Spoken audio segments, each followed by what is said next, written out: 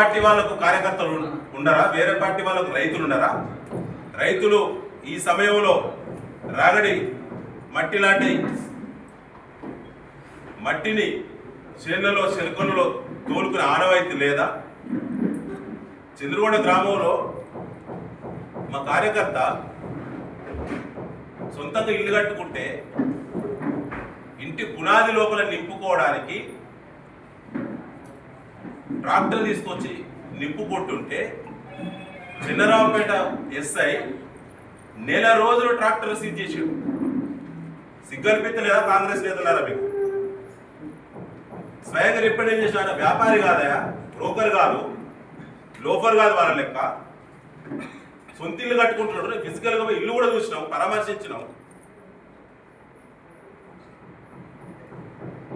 ఆ పరిస్థితి.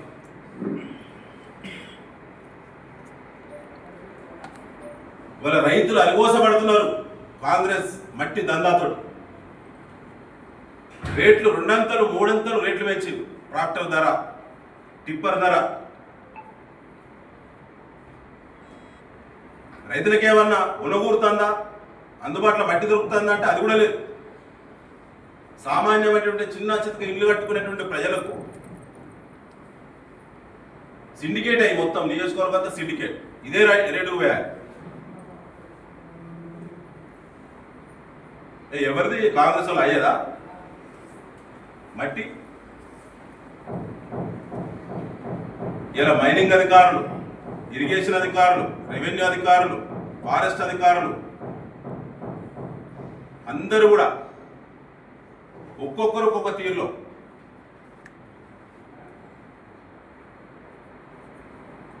Greenfield highway వస్తుంది నర్సంపేట నియోజకవర్గం మీదుగా నెక్కొండ మండలంలో సుమారు 10 కిలోమీటర్లు.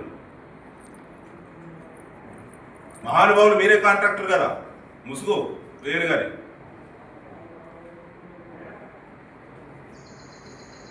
అప్పలరావుపేట చెరువులో గ్రీన్ఫీల్డ్ హైవే పర్యవేక్షించేటువంటి పీడీ ఎన్హెచ్ఏకి అంటే national highway authority project director అట నర్సంపేట ఈకి లెటర్ రాస్తాడ 300 క్యూబిక్ మీటర్ల మట్టికి అనుమతి ఇవ్వాలి.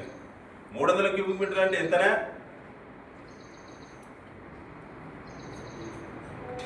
నేషనల్ హైవేకు 10 కిలోమీటర్లకు కావలసిన మట్టి ఎంత అవసరం పడుతుంది? నువ్వు 300 క్యూబిక్ మీటర్లకు పైసలు కట్టి కాయల దగ్గర పెట్టుకొని నువ్వు 1000 క్యూబిక్ మీటర్లు నువ్వు తీస్తుంటే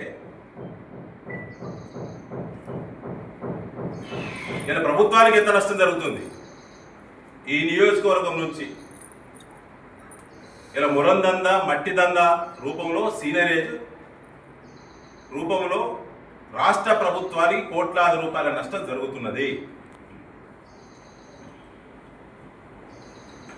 దీనిపై చేయాలి విచారం.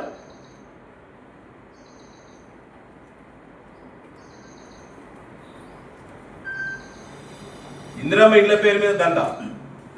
అసలు నిజమైన లబ్ధిదారులకు ఏమైనా తక్కువ రేటుకి ఇస్తా అంటే అది కూడా లేదు. వాళ్ళు అప్లపాలే తిరిగే పరిస్థితికి వచ్చింది. టిప్పర్కు 9,000 10,000 రూపాయలు మీ కాంగ్రెస్లో అమ్ముతా. కనీసం ప్రజలకైనా రైతులకైనా పేద